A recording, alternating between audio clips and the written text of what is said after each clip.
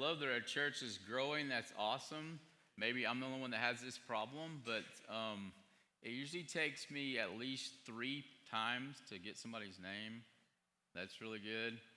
So if you ever see me in Walmart and you say, Brother Chris, hey, how you doing? Don't say, do you remember me? I do, but yeah, it's a really awkward thing. So just don't, it's, yeah. So, all right. Well, we are in Ecclesiastes 5, the rest of it. And so we are through in verses 8 through 20 for this evening. I've named it Money Myths. And what you'll see in Ecclesiastes is there will be some overlap. So there'll be times that you were hitting a topic and you're like, oh, we kind of heard that a little bit on that. Yeah, but he's going and he's visiting things back and forth. And even if you were to go and really search things out, I mean, even if maybe, I don't know, maybe you're deciding on some things you're going to buy and you've narrowed it down to some things, you've ruled one out, do you ever go back and go, wait a minute, let me go back and look at that one again? That kind of thing. And so he's going to go through some of these issues, and he's going to kind of mention them again a little bit and that type thing. He's going to go over them. And what you'll also see, and perhaps Pastor Josh has pointed this out, is that as you go through, obviously when he gets to the end, I mean, it's like, way to go, man. You got the right point of view now, opposed as what he was at the beginning. And so along the way, I think you will see he kind of gets it a little more in different places. He's starting to get it a little more. He's not completely got it, but he's getting a little more. And so we can see that a little bit tonight in this thing, Money Myths. As I look at this thing, I was going through and studying different things, and the Wycliffe Bible commentary explains a lot of what goes on in the book of Ecclesiastes. It says, all of human existence, when lived apart from God, is frustrating and unsatisfactory. All the pleasures and material things of life, when sought for their own sake, bring nothing but unhappiness and a sense of futility. And I think that's what you see in all these different areas in Ecclesiastes. As he's going to all these different areas, that's what you find out. It's not that those things are bad necessarily all the time. It's not that, a believer can't enjoy those things. But if you're doing it without God or without really putting his perspective on them, then they don't work. And so that's what you'll find. We continue to see this thing under the sun, this mentality of we're looking mainly this way at things and not really at this way, okay, which is really what brings everything into perspective for us. All right, so let's just jump into this. Myth number 1. We're going to have some myths, and then we'll get something later on. Now, with this, I will tell you, he gets a lot of this right through this chapter. The rest of this, he really gets a lot of it right. Now, there's kind of this pessimistic thing about it that then we can take and say, yeah, but if you put God in it, then it's different, and so it's missing a little bit of that until the end. But still, he's getting a lot of this right. So myth number 1, and you're going to kind of laugh, I think, when you see what this is filled in with, but corrupt governments are surprising. Wow, that's a myth. That's not a truth. That's a myth, okay? And you're like, wow, I came here for this tonight? So Ecclesiastes 5, verse 8, he says, if thou seest the oppression of the poor, and he's talked about this a bit, and violent perverting of judgment and justice in a province, marvel not at the matter. Don't be surprised. For he that is higher than the highest regardeth, and there be higher than they. And last time I was in here, I quoted this. I'll quote this again from John Acton. He said, or Lord Acton, as he's called, I believe sometimes, power tends to corrupt, and absolute power corrupts absolutely. And so when people get power, they tend to do bad things, all right? They don't have to, but a lot of that happens. And this happens in government, okay? And I think you guys, there'll be a lot of head nodding for a part of this with the government. Ronald Reagan said this, said the government's view of the economy should be summed up in a few short phrases. If it moves, tax it. If it keeps moving, regulate it. And if it stops moving, subsidize it. That's pretty much There's a reason he was president. All right, so he knew these things, and he's right. Now, by the way, I know some good politicians, and so Lord bless you, but don't be offended at this next cartoon. But yeah, where the thief says, give me your money, he says, I'm a politician. They give me my money. So we all understand the way that government works, all right? And I was reading up on some different things about this, and they said, isn't it amazing that when we get our tax refund, we celebrate over our own money that somebody took for a while? Isn't that funny? And that's what we do. But these are all jokes about government, and we all know this is true. So we can agree with Solomon as he goes through here. He says, for he that is higher than the highest regardeth, and there be higher than they. What does he mean here? Well, there's two things that are going on with this. Number one, governments tend to become bureaucratic. Don't they do that? Do governments shrink a lot? No. They tend to have this committee and this office, and then that office needs an office, and then they have another office, and that's the way it goes. Michael Ballman, I think that's the way you pronounce his name, says bureaucracy is a word combining the French term for desk or office, bureau, with the ancient Greek word for government or rule, kratos. Thus, bureaucracy is government from the desk, rule by office. That explains it pretty good, doesn't it? And this is what bureaucracy does. In fact, with this, it can be difficult, and this is what makes it hard for those that are oppressed. They come to the government that should be able to hear their problems, but it gets stuck in committee, right? It gets stuck in this place. Okay, you'll need to take your paperwork over to this place. Oh, and then they'll need to file it and make sure it's okay with this place. And then they'll have to mail it off to this guy and get him to stamp it. And that's the way it works, okay? It's bureaucracy. All right, and so they all have their rules that must be satisfied. Along with that's number two, governments tend to be self-absorbed. Now, they're supposed to be, our governments, right, they're supposed to serve the people. But you're laughing. Before long, what they do is serve themselves. Okay, that's what happens. Now, we're going to give government a break in just a little bit. Right now, let's just enjoy it. So anyway, he says this. He says, this is rewording it a little bit, is what it's saying, so it's a little better understood. For the high official is watched by a higher, and there are yet higher ones over them. Derek Kidner, one guy that did a commentary on this, calls this predatory self-absorption. They feed on each other, okay? And by the way, this is in the Bible. Remember the book of Daniel?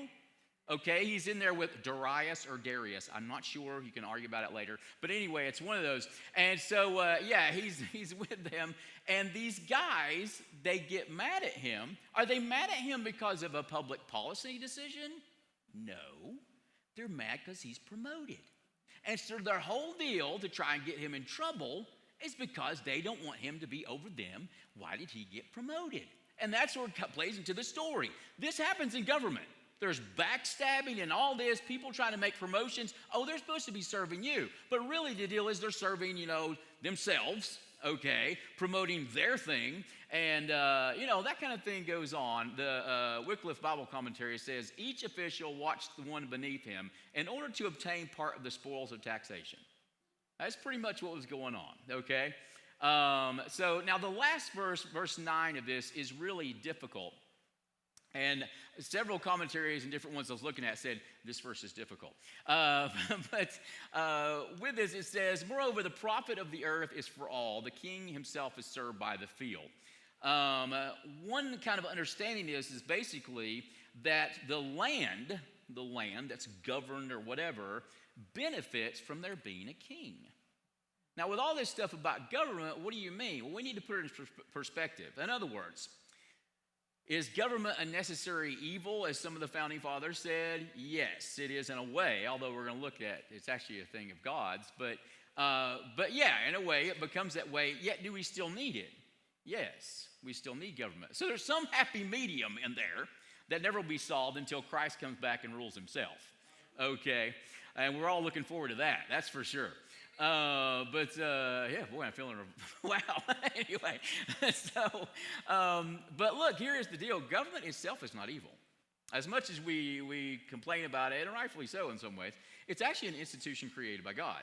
We see this back in Genesis, actually. And surely your blood, they come off the ark, okay, and God's laying down some rules. He says, surely your blood of your lives will I require. At the hand of every beast will I require it. At the hand of man, now this is the thing, at the hand of every man's brother will I require the life of man. In other words, people will do justice, bringing people to death who committed that crime of capital murder, okay? They will, well, you need kind of an organized government type situation to make that happen. And so many people say that this is where government kind of began, is right here. And of course, it goes through the Bible, including in Romans, where Paul talks about it and says this in Romans 13:1. Let every soul, as Christians mainly, be subject unto the higher powers. That's government, those that govern. For there is no power but of God. In other words, governments are given for God. He allows them to rule. Doesn't mean he approves of everything they do. I mean, Rome was in power at the time. The powers that be are ordained of God. Whosoever therefore resisteth the power, resisteth the ordinance of God. And they that resist shall receive to themselves damnation. That's not eternal damnation. It just means you will go to jail or whatever else because you're breaking the law. Okay? For rulers are not a terror to good works, but to evil. Wilt thou then not be afraid of the power? Do that which is good, and thou shalt have praise of the same. For he, the person that's ruling, is the minister of God to thee for good. But if thou do that which is evil, be afraid. For he beareth not the sword in vain. For he is the minister of God, a revenger to execute wrath upon him that doeth evil. This is one of the main purposes of government, is to punish evil. That is one of the main purposes of government. And there, all the way back in Genesis, that's exactly what that was doing.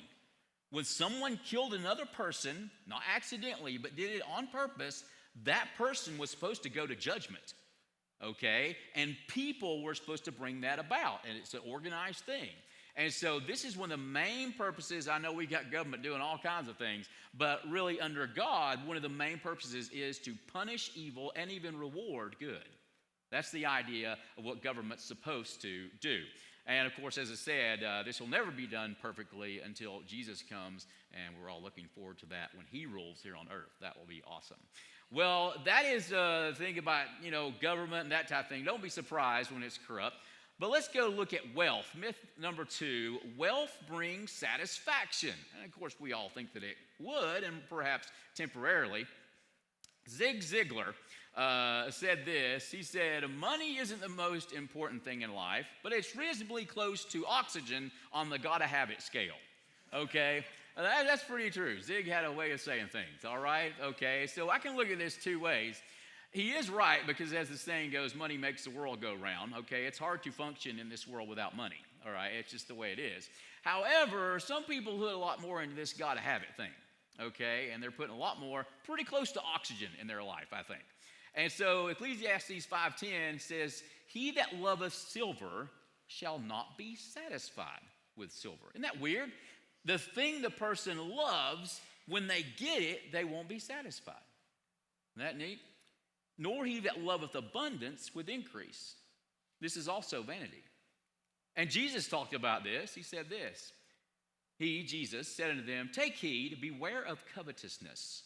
For a man's life consisteth not, your life is not made, you will not find satisfaction, you will not find fulfillment, consisteth not in the abundance of things which he possesseth.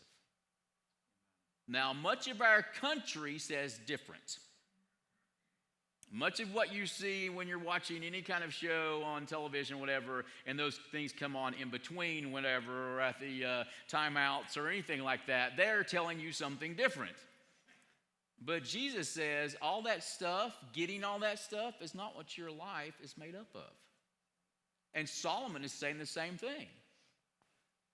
1 Timothy 6:9, in fact, says, but they that will be rich, they that want to be rich, not they that are rich, but they that want to be rich, fall into a temptation and a snare, and into many foolish and hurtful lusts, which drown men in destruction and perdition. What's the problem they're doing? They want to be rich. They're pursuing that. That's their drive in life, is to be rich.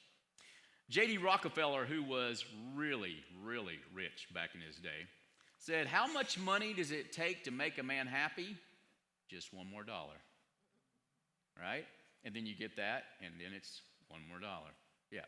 He knew what he was talking about. He had a lot of those. And then a book you may be familiar with from Sunday mornings, Colossians 1:16 says this, for by him, Jesus, replace all of those, for by him, Jesus, were all things created that are in heaven, that are in earth, visible and invisible, whether they be thrones or dominions or principalities or powers. Oh, by the way, all those things are us. That includes us. All things were created by him and for him. We will not find fulfillment in this life until we're doing things and living for him, because that's who we were created for. It is only when we get into that kind of thinking that we truly see what life is, because we were created for him. Yeah, and so we have to learn that. Paul learned this in Philippians. He said, not that I speak in respect of one, for I've learned in whatsoever state I am, therewith to be content. I know both how to be abased, I know how to abound. Everywhere and in all things I am instructed both to be full and to be hungry, both to abound and suffer need. It doesn't matter. He knows how to be content. Why? Because he's centered on the Lord. So if he has a lot, great. If he doesn't matter. And that's the kind of mindset that God would have us to have. Myth number 3, wealth is the solution. Wealth is the solution. In verse 11, he says, when goods increase, they are increased that eat them. What? And what good is there to the owners thereof, saving the beholding of them with their eyes? In other words, when you get rich, your friends increase. Yeah, you may not call them friends, but they want to call you friend and relative and all that good stuff. There's a story in Isaiah that I was directed to where Eliakim, God says, will become king. And he says these things about him through Isaiah. He says, I will fasten him as a nail in a sure place. He shall be for a glorious throne to his father's house. Well, that's good. Then he says this, and they shall hang upon him all the glory of his father's house, the offspring and the issue, all vessels of small quantity, from the vessels of cups even to all the vessels of the flagons. What is he talking about? The picture here is that he becomes king. Awesome. He's got this peg, it's in the wall. He's sturdy. Awesome. And then come all these things, because what do you do with a peg? You hang things on it. Well, they hang everything in the kitchen on it. And he ends up breaking off, actually. But that's the kind of thing that happens. Yeah, it will all come crashing down for him. But this happens with lottery winners. Okay, people get rich all of a sudden. They've got friends they never heard of. They've got relatives they never knew about. You know, and so this happens. Does it have to be this way? No. We can bless others and be hospitable. Abraham was hospitable and had some very important guests. You remember those? 3 that came his way that day. Joseph of Arimathea, with his riches, it was him that put Jesus in his tomb, in a rich man's tomb. Christians in Acts of better means and throughout the early days of Christianity, they would open their homes. There weren't churches, as in buildings to go to. They would meet in people's homes. And so those, of course, with bigger size homes could really accommodate that. And they are hospitable and allowed that type thing. And in fact, Romans 12:13, talking about different qualities that we should have, says, distributing to the necessity of the saints, given to hospitality. Yeah, so when we are blessed, we are to help others with our blessings. Okay, that's the idea. Not to somehow find satisfaction or the solutions to life in that. Let God take care of that. We are to use those to then bless others. Okay, he goes on and says this in verse 12. It's kind of a sad thing. The sleep of the laboring man is sweet, which means he works hard, you know, and it says whether he eat little or much, okay, whether he has a lot to eat or not, he works hard, and when it comes time to go to bed, man, he's out. He has a good night's sleep. But the abundance of the rich will not suffer him to sleep. Yeah, he's got so much stuff, he doesn't really toil the way that the other fella does. And with this, he's up probably worrying about keeping the things he's got. So he suffers in a way that the person that doesn't have as much, well, they don't suffer like he does. So interesting perspective there by Solomon. Number 4, how about that wealth guarantees security? See, all these are myths, all right? Wealth guarantees security. He tells a story, a little story now, Solomon does. He says, there's a sore evil which I've seen under the sun, namely riches kept for the owners thereof to their hurt. Okay, someone that's hoarding up wealth, and it's hurting him in some way in doing so. But then it says this, but those riches perish by evil travail. Perhaps it's a bad transaction. Perhaps they're robbed. Perhaps whatever happens, I don't know, but it's like kind of an instant, and all the riches go away. Perhaps they had them invested in all kinds of things in some market, the stock market, I don't know. But they all went away. And it says, and he begetteth a son, and there is nothing in his hand. He doesn't even have anything to pass to his son. He was rich, and now it's all gone. This is security and riches. Proverbs 18:11 says this, the rich man's wealth is his strong city, and as a high wall, what? In his own conceit. In other words, he's not saying it really is secure. He's just saying in the rich man's mind it is. In his mind, his riches, well, this will secure me. But obviously it's not very wise when you have the writer of Proverbs saying it's in his own conceit. And in fact, he'll follow that just a few chapters later and say, wilt thou set thine eyes upon that which is not? For riches certainly make themselves wings. They fly away as an eagle toward heaven. And many could testify to that. In fact, I found some stories of some people that won the lottery. I changed their names to protect the innocent. Before they won $2.76 million, the lottery jackpot in 2005, Ron and Lori of England reportedly never argued. Then they won and bought $1 million barn-converted house and a Porsche, not to mention luxurious trips to Dubai, Monaco, New York City, and other places. Media stories say their fortune ended in 2010. That's 5 years later, 2010, when a freak fire gutted their house, which was underinsured, forcing them to shell out for repairs and 7 months of temporary accommodations. They had to go pay to be at other places.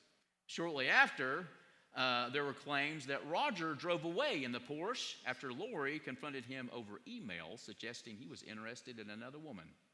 And that ended their 14-year marriage. Happy, happy, happy after winning that lottery. Bill won $16.2 million in the Pennsylvania lottery in 1988. He was $1 million in debt within a year. I wish it never happened. It was a total nightmare. Former girlfriend somehow successfully sued him for a third of his winnings. His brother was arrested for allegedly hiring a hitman to kill him in hopes that he'd inherit a share of the winnings. After sinking money into family businesses, Bill sank into debt and spent time in jail for firing a gun over the head of a bill collector. I was much happier when I was broke, he said. Bill lived quietly on a $450 a month supplements and food stamps until he died in 2006. Isn't that wild? If I'll just win the lottery, why, I'll be secure. These are not the only stories I found, by the way.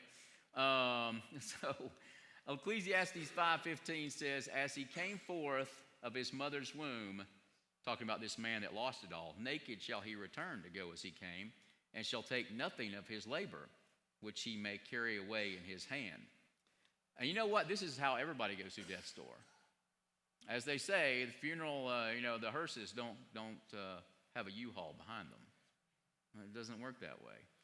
1 Timothy 6:6-7 says this, but godliness with contentment is great gain. For we brought nothing into this world, and it is certain that we can carry nothing out. Yeah.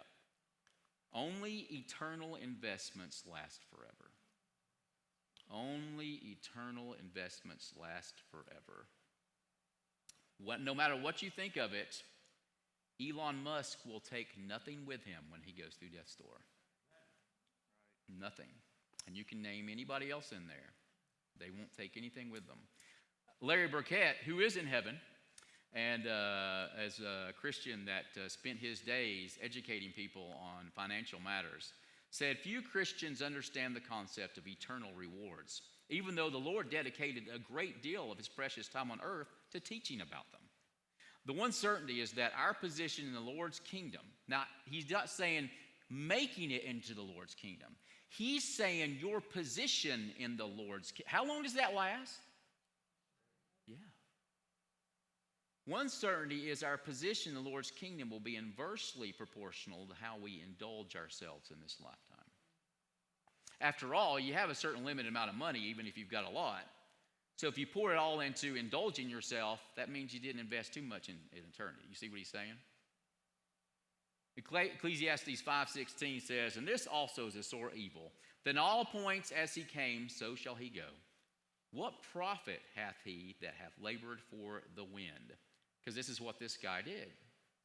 Jesus says a similar thing in Mark 8:36, for what shall it profit a man if he gain the whole world and lose his own soul? Now, we can say, yes, but I'm a Christian. Then in 1 Corinthians chapter 3, where Paul talks about standing before the judgment seat of Christ, talks about all of our works that we have done, and whether they're gold, silver, and precious stones, or if they're wood, hay, and stubble, which will burn up in those fires, he pictures this person at the end of talking about that.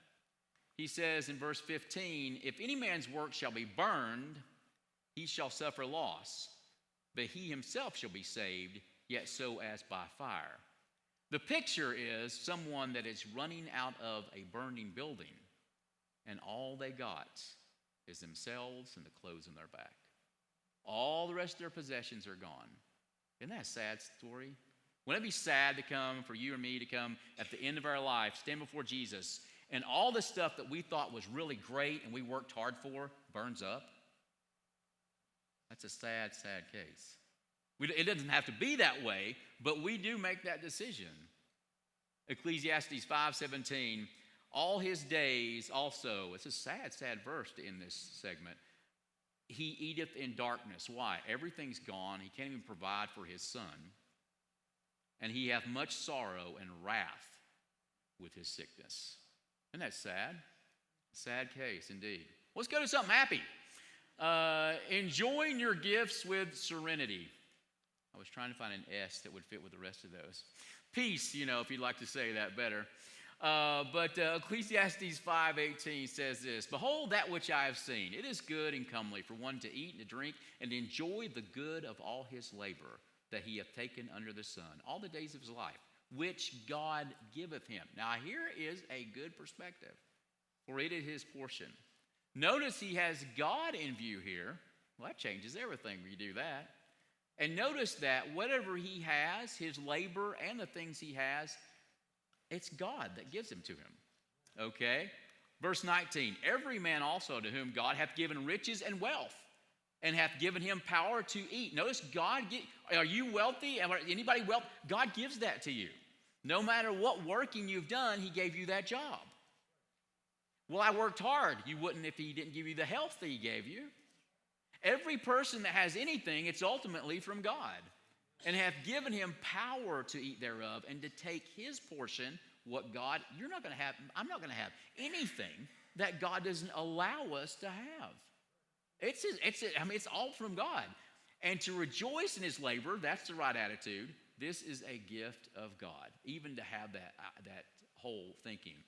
If you go to James 1:16 and 17, he's just talked about the whole idea of what sin does, not giving into that, living by faith, trusting God. And then he says this in verse 16, do not err, my beloved brethren, because he just talked about, not sinning and all the things that happens if you do. He says this, he reminds you, because the whole thing is, but the things of this world, that's the kind of thinking I think that he's going against. And that's why in verse 17, he reminds us, Every good gift and every perfect gift is from above, and cometh down from the Father of lights, with whom there is no variableness, neither shadow of turning. Anything that we have that's good, it comes from the Lord. Here's the deal. We should just be happy with what God gives us. That's where the happiness comes. If he chooses for us to be rich, if he chooses for us not to be so rich, be glad at what he's given us. It doesn't mean we don't work and try to have more. That's okay. But with the wrong mindset, it's not okay. And so we should bless God for how he blesses us. Just fit in where he wants us to serve and be who he wants us to be. That's the deal. And with that does come serenity, peace. Verse 20 says, for he shall not much remember the days of his life, because God answereth him in the joy of his heart. Another translation of this, way to say it is, God keeps him occupied with joy in his heart. Isn't that a cool thought? This man that realizes, well, I may not be rich, but big deal. Everything I have is from God. Even be able to work. Praise the Lord. That kind of mindset, God keeps him occupied with joy in his heart. I don't know what kind of money pays for that kind of thing. That's an amazing thing, isn't it? I'll end with some quotes by Larry Burkett, and we'll kind of sum it up. He said, when we surrender every area of our lives, including our finances, to God, then we are free to trust him to meet our needs. But if we would rather hold tightly to those things that we possess, then we find ourselves in bondage to those very things. That's a wise statement.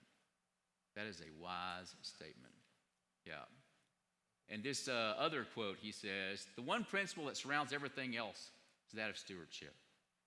That we are the managers of everything that God has given us. We're not the possessors and the whatever, what can you give me more?